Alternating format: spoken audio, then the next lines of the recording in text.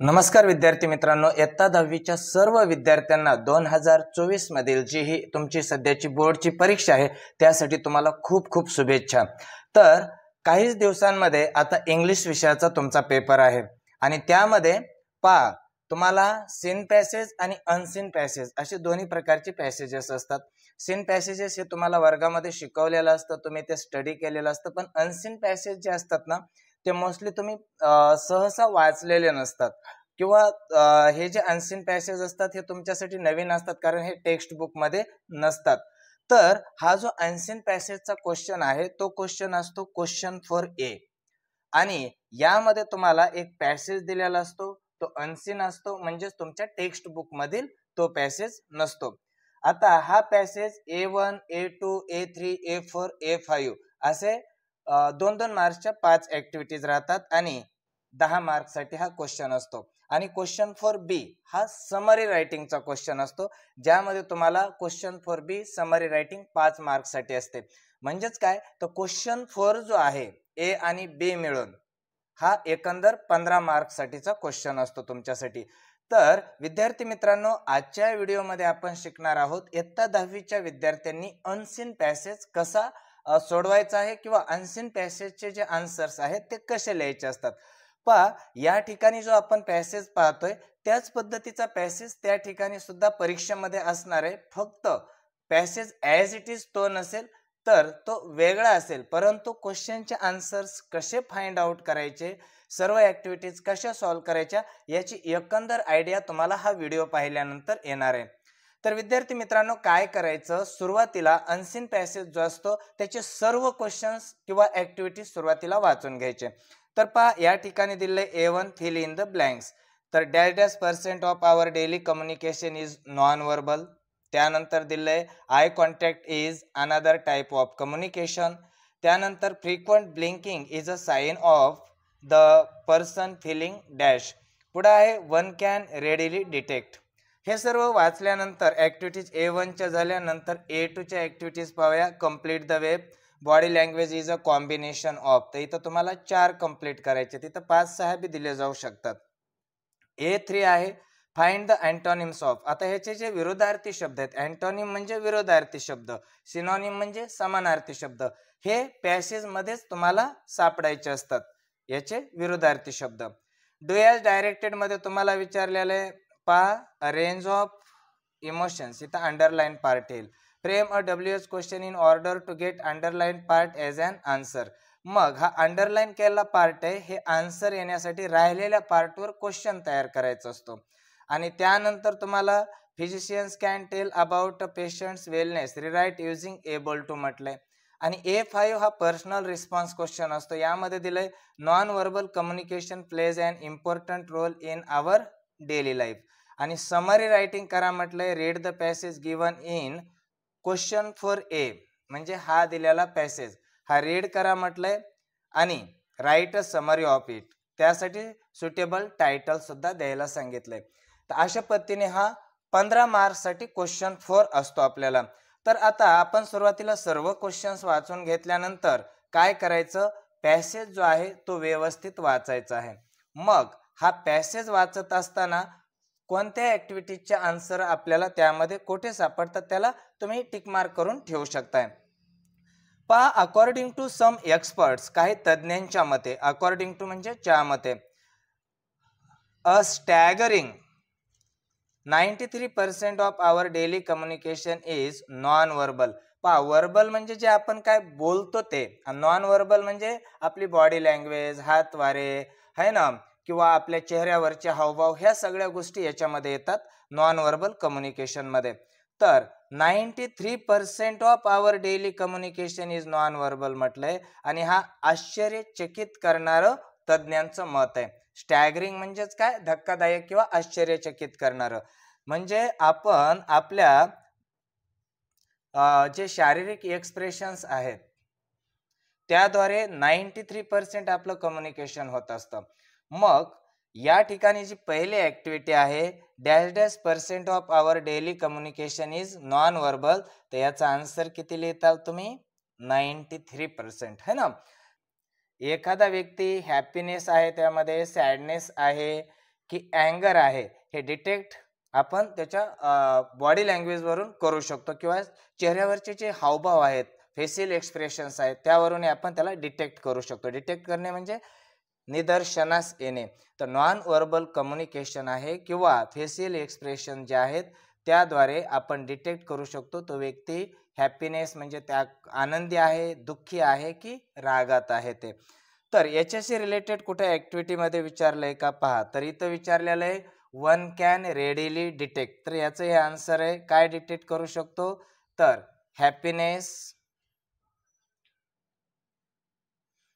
त्याचबरोबर सॅडनेस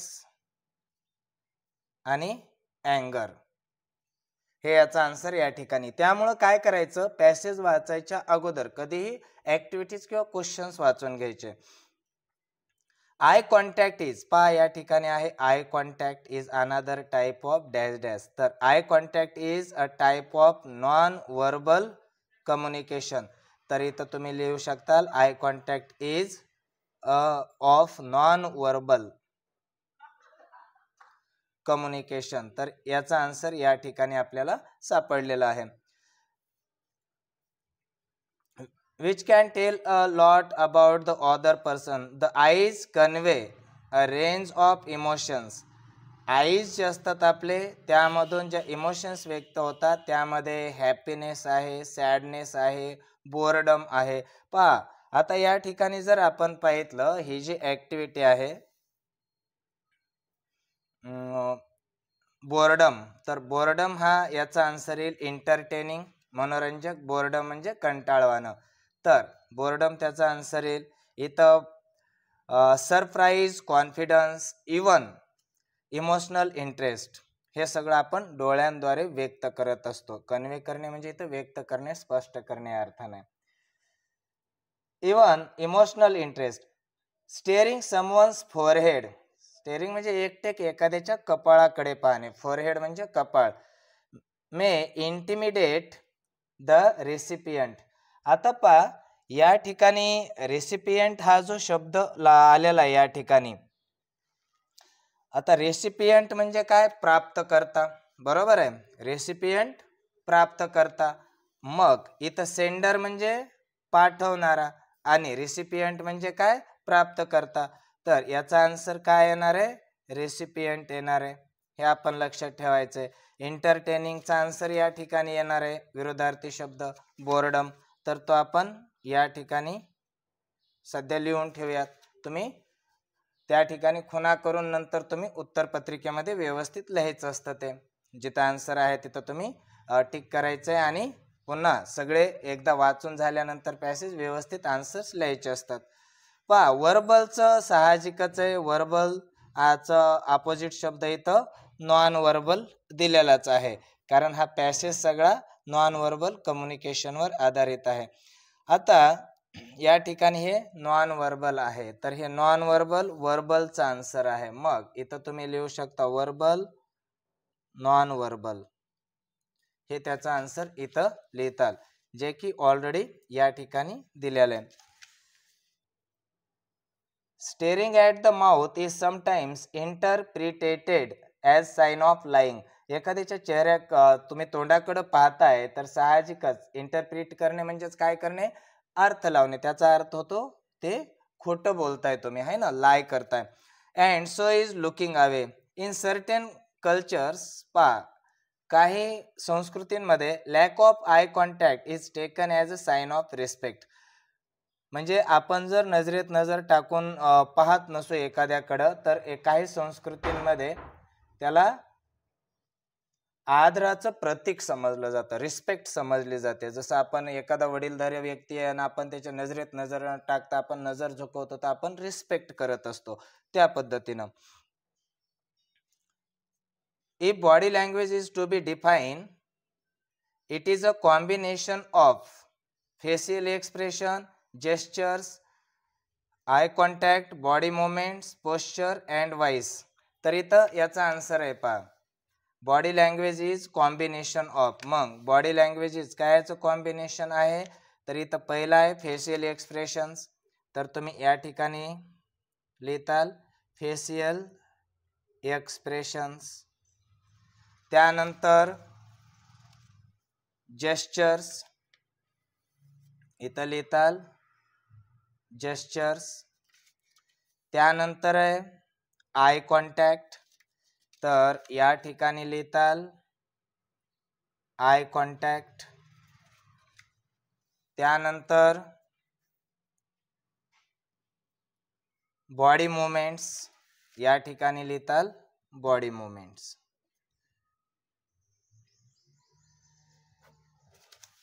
तर a body language is defined as it is a combination of facial expression, gestures, eye contact, body movements, posture and voice. जर इथं 6 विचारले असते तर आपण हे लिहिले असते, परंतु 4च विचारले तर आपण तेवढंच लिहितो.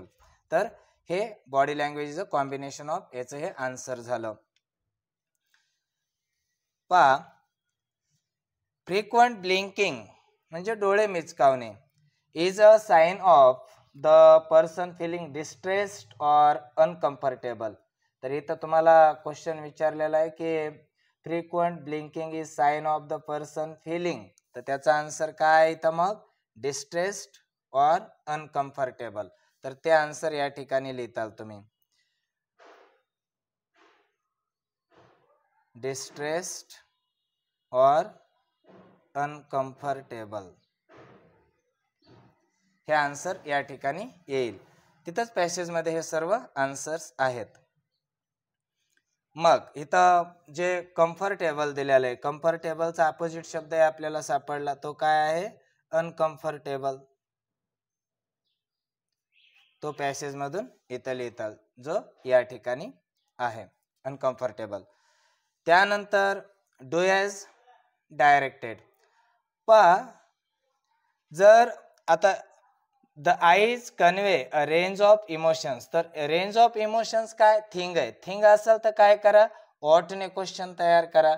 मग हा अ रेंज ऑफ इमोशन्स हे आन्सर येण्यासाठी आहे ना, WH question in order to get underline part as answer. हे आन्सर येण्यासाठी राहिलेल्या पार्टवर क्वेश्चन तयार करायचं. तर हे थिंग आहे तर काय कराल तुम्ही ऑटने क्वेश्चन तयार कराल. मग इथं लिहूया आपण ऑट. पा, तर कन्वे V1 असलं की हेल्पिंग वर्ब घ्यायचं डू. WH शब्दानंतर हमेशा हेल्पिंग वर्ब घ्यायचे, तर घेतलं डू. त्यानंतर सब्जेक्ट घ्यायचा, तर आहे द आईज, आणि त्यानंतर वर्ब घ्यायचं, ते कोणतं आहे कन्वे, आणि क्वेश्चन मार्क द्यायचा.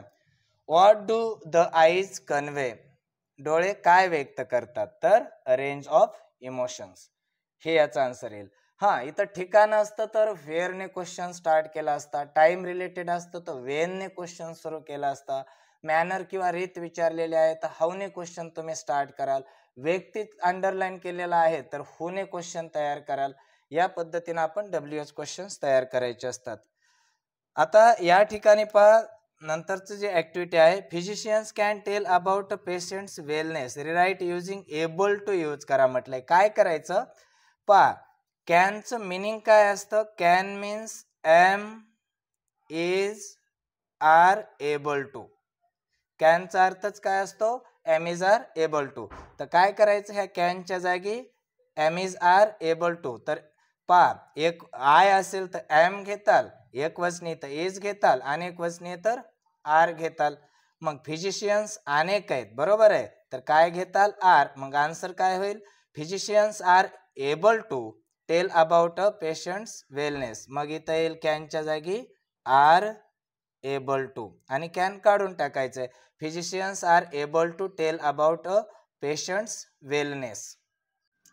तर विद्यार्थी मित्रांनो, पर्सनल रिस्पॉन्स क्वेश्चन जो लिहायचा असतो A5, जसं की non verbal communication plays an important role in our daily life. तर नॉन व्हर्बल कम्युनिकेशन आपल्या दैनंदिन जीवनामध्ये महत्त्वाची भूमिका निभावतं म्हटलंय. कसं, ते त्याचा आन्सर आपल्याला लिहायचंय. मग आपण हेच वाक्य सुरुवातीला लिहू शकतो.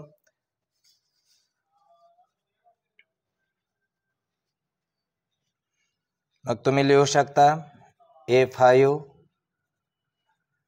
Answer.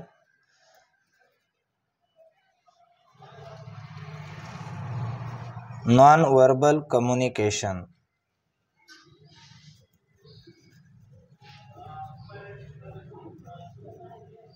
Pledge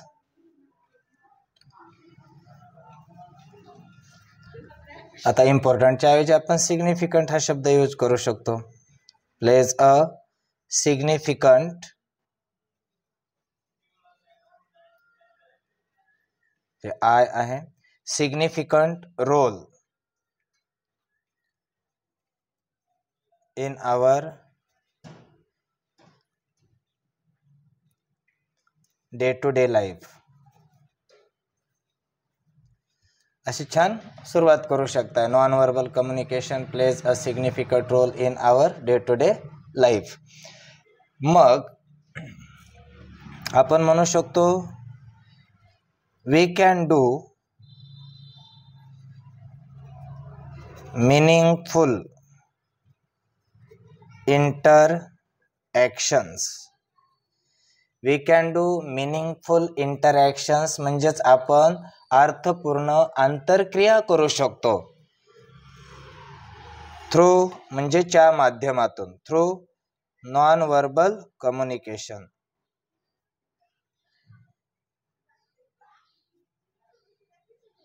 through non verbal communication.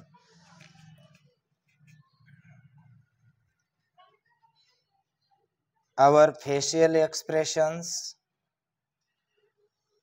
म्हणजे चेहऱ्यावरचे हावभाव, आय कॉन्टॅक्ट, त्याचबरोबर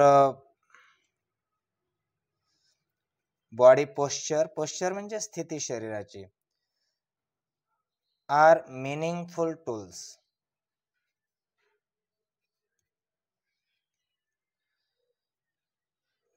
to convey our message, to convey our message to anyone.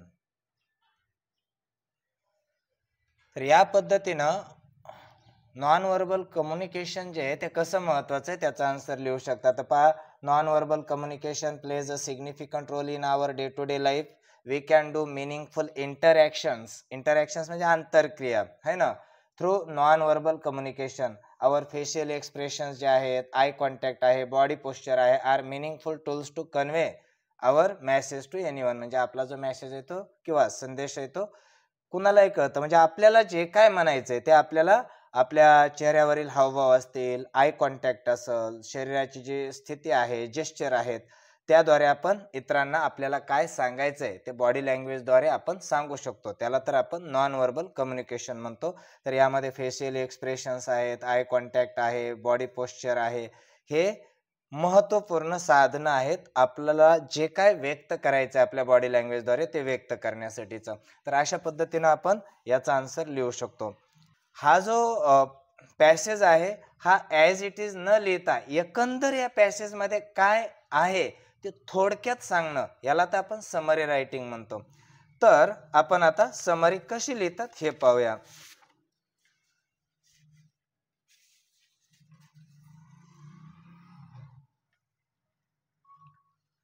तर या ठिकाणी लिहिताल तुम्ही क्वेश्चन फॉर बी.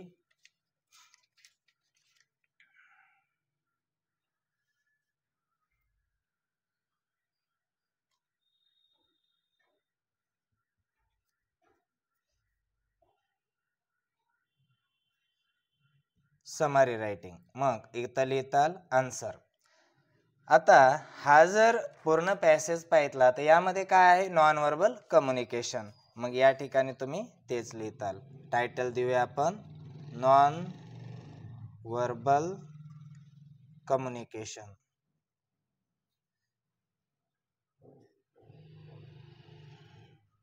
हे झालं आपलं टायटल, नॉन व्हर्बल कम्युनिकेशन. तर आपण कम्युनिकेशन नॉन व्हर्बल करतो म्हणजेच काय, पुढच्याला जे काय सांगायचंय ते सांगतो, परंतु आपण कुठलेही शब्द तोंडातून बाहेर न काढता आपल्या बॉडी लँग्वेजद्वारे आपण त्या व्यक्तीला सांगत असतो. हे या पॅसेज मधून सांगितलेलं आहे एकंदरीत जर आपण विचार केला तर. मग आपण तेच सुरुवातीला लिहूया. आणि यामध्ये पॅरेग्राफ्स पाडायचे नसतात, एकाच पॅरेग्राफ मध्ये समरी लिहायची असते. Non-verbal communication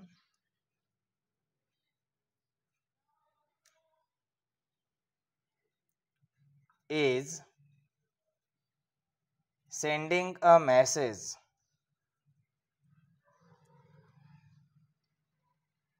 without using words. Non verbal communication हे पुढच्याला मेसेज तर द्यायचा आहे परंतु विदाउट युजिंग वर्ड, शब्द न वापरता, है ना.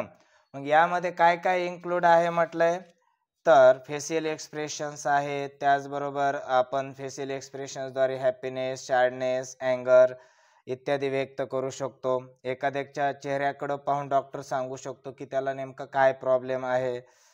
त्याचबरोबर आपण जे आईज आहेत त्याद्वारे happiness, sadness, boredom, surprise, confidence व्यक्त करू शकतो.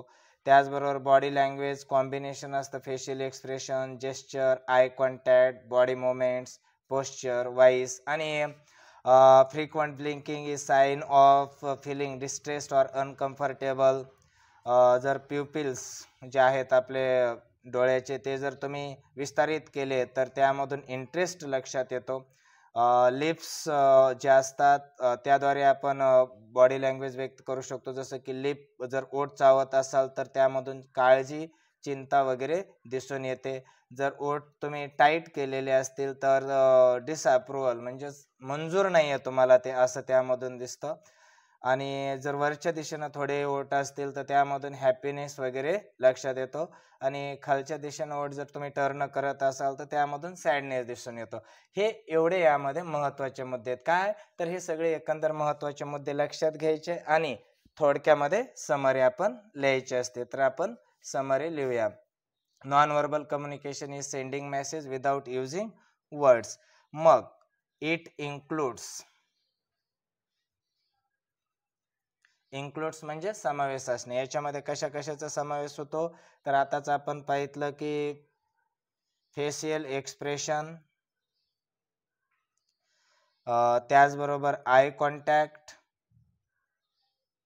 हे महत्त्वाचे मुद्दे आहेत यामध्ये जे आहेत ते. बॉडी लँग्वेज आहे, ETC करू शकताय. त्याचबरोबर तुम्ही लिहू शकता eyes convey happiness.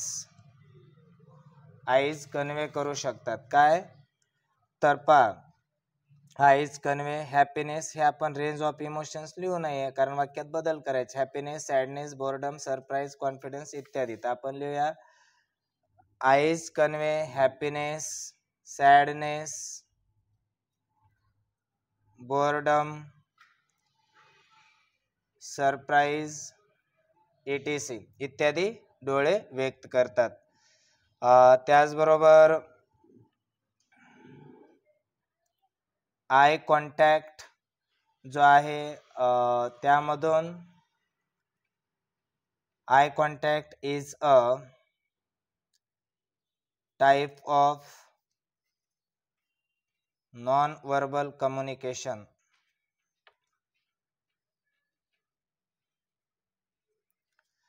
Eye contact is a type of non-verbal communication. We can express our emotions through it. We can express our emotions through it. डोळ्यांद्वारे आपल्या भावना आपण व्यक्त करू शकतो. त्याचबरोबर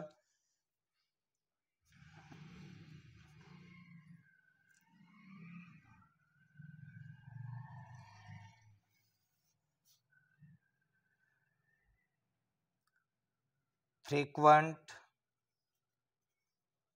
ब्लिंकिंग हे जे मुद्दा आहे इथं आपण तो लिहूया. फ्रिक्वेंट ब्लिंकिंग shows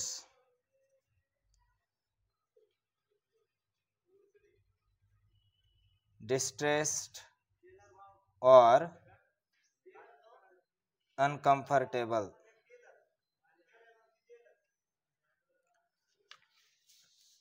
त्याचबरोबर लिप्स ऑल्सो रिफ्लेक्ट आवर बॉडी लँग्वेज. मग आपण इथं लिहू शकतो, हे सगळं डिटेलमध्ये लिहिण्याऐवजी वेगवेगळ्या ज्या मुवमेंट्स आहेत लिप्सच्या ते वेगवेगळ्या गोष्टी दर्शवतं. तर इथं शोज आहे, लिप्स मुवमेंट्स म्हणजेच ओठांच्या हालचाली. Shows different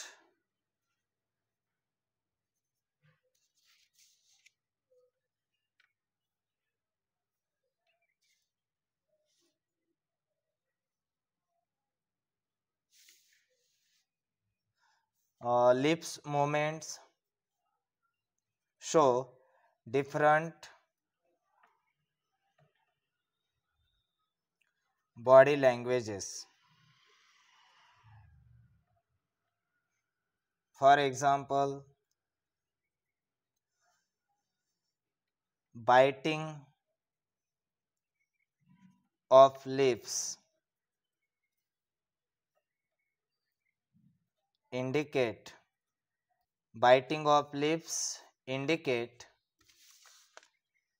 worry or anxiety. तर biting of lips indicates worry or anxiety. तर हे यामधील मेन मुद्दे आहेत, ते आपण समरीमध्ये या पद्धतीनं घ्यायचे असतात. तर काय करायचं, सुरुवातीला टायटल द्यायला विसरायचं नाहीये. टायटल दिल्यानंतर व्यवस्थितरित्या सुरुवात करायची. जसं इथं non verbal communication is sending a message without using words. आपण एक शब्द न बोलता पुढच्याला जे काय आपल्याला म्हणायचं आहे ते समजतं, त्यालाच काय म्हटलं जातं, non verbal communication is sending a message without using words. It includes, याच्यामध्ये काय कायचा समावेश होतो, तो फेशियल एक्सप्रेशन आलं, आय कॉन्टॅक्ट आलं, बॉडी लँग्वेज आलं. The eyes convey happiness, sadness, boredom, surprise etcetera. Eye contact is a type of non verbal communication. We can express our emotions through it. आपण आपल्या भावना डोळ्यांद्वारे व्यक्त करू शकतो. फ्रिक्वेंट ब्लिंकिंग शोज डिस्ट्रेस्ड और uncomfortable. Lips movements show different body languages.